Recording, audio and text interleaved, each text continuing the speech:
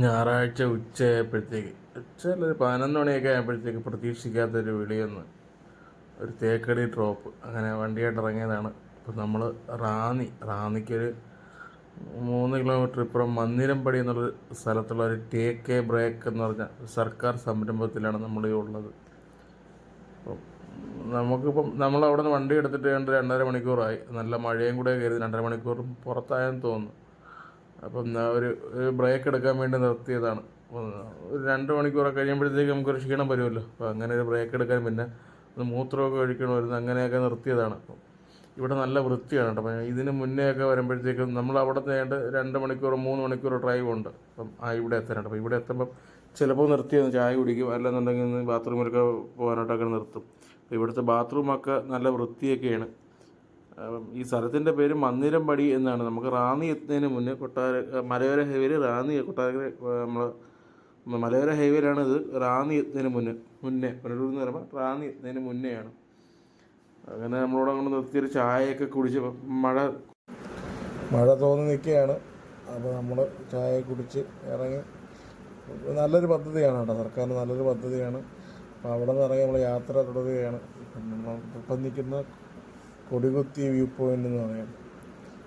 കുട്ടിക്കാനൊക്കെ കഴിഞ്ഞിട്ട് പാഞ്ചാലി വീടിൻ്റെ മുന്നേ ഉള്ളതാണ്. പാഞ്ചാലി വീടിൻ്റെ കയറി പോണ ആ വഴിക്ക് തൊട്ട് മുന്നേ ഉള്ളതാണ് കൊടികുത്തി വ്യൂ പോയിൻ്റ് എന്ന് പറയുന്നത്. അപ്പോൾ നമുക്ക് ഇവിടെ നിന്ന് കാണുന്ന കാഴ്ചയാണ്. താഴെ ഒരു വീട് കാണാം.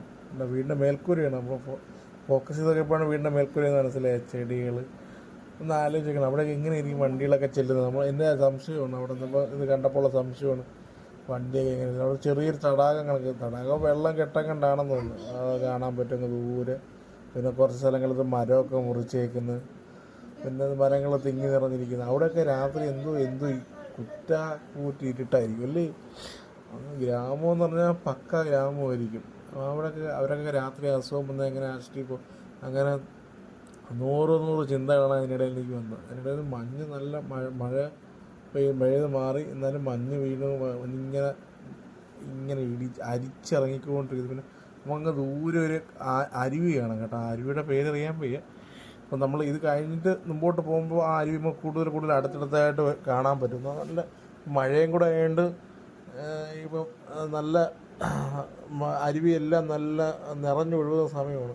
അപ്പോൾ ഇവിടെ ഒരു ബദാം മരം നിൽപ്പുണ്ട്. അപ്പോൾ അതുകൊണ്ട് നമുക്ക് അവിടെ നിർത്തി പാർക്ക് ചെയ്യാനായിട്ട് ഇച്ചിരി സ്ഥലവും ഒരു ബദാം മരമൊക്കെ നിൽപ്പുണ്ട്.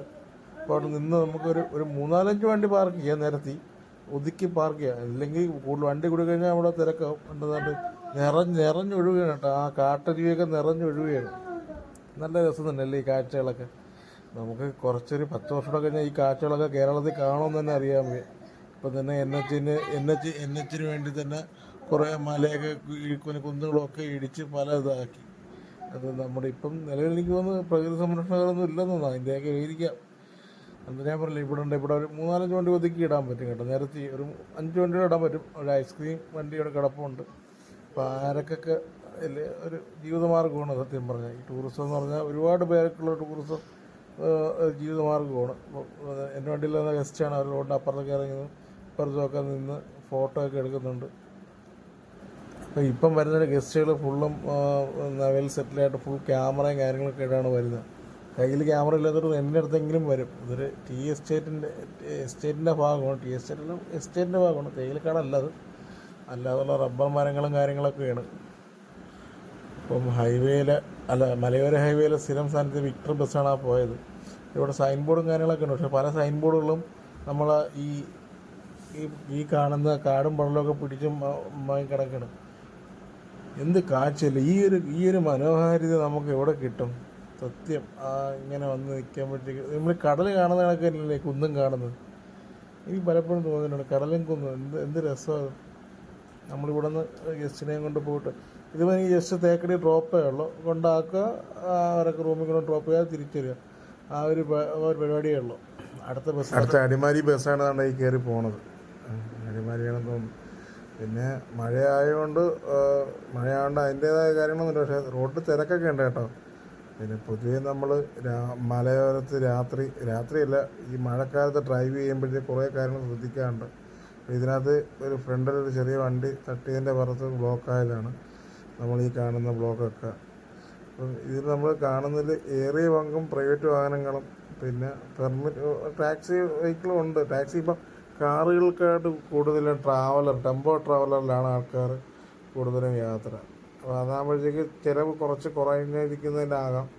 അപ്പോൾ ആ ട്രാവലറിനൊക്കെ നല്ല ഞെരിപ്പ് പാട്ടിട്ട് പുള്ളിയുടെ ഭയങ്കര ചാട്ടം കേട്ടാ. അതും ഒരു ഇതാണ്. കാരണം ഡാൻസ് കളിക്കാനും ഒരു ആഘോഷ ഒരു ഡാൻസിങ് ഫ്ലോർ തന്നെയാണല്ലോ ഇപ്പം പല വണ്ടികളും ട്രാവലറുകളും എല്ലാം ഡാൻസിങ് ഫ്ലോറുകൾ തന്നെ. നമ്മളിപ്പോൾ ഈ വണ്ടി കാണുന്നുണ്ടല്ലോ, ഈ കിടക്കുന്നതിനകത്ത് മിക്ക 10 വണ്ടി കിടക്കുന്നതിനകത്ത് 8 വണ്ടിയും പ്രൈവറ്റ് വാഹനങ്ങളാണ്. അപ്പോൾ അവരുടെ സൗകര്യത്തിന് അവർക്ക് യാത്ര ചെയ്യാൻ പറ്റുന്ന പ്രൈവറ്റ് വാഹനങ്ങൾ തന്നെ വരുന്നത്.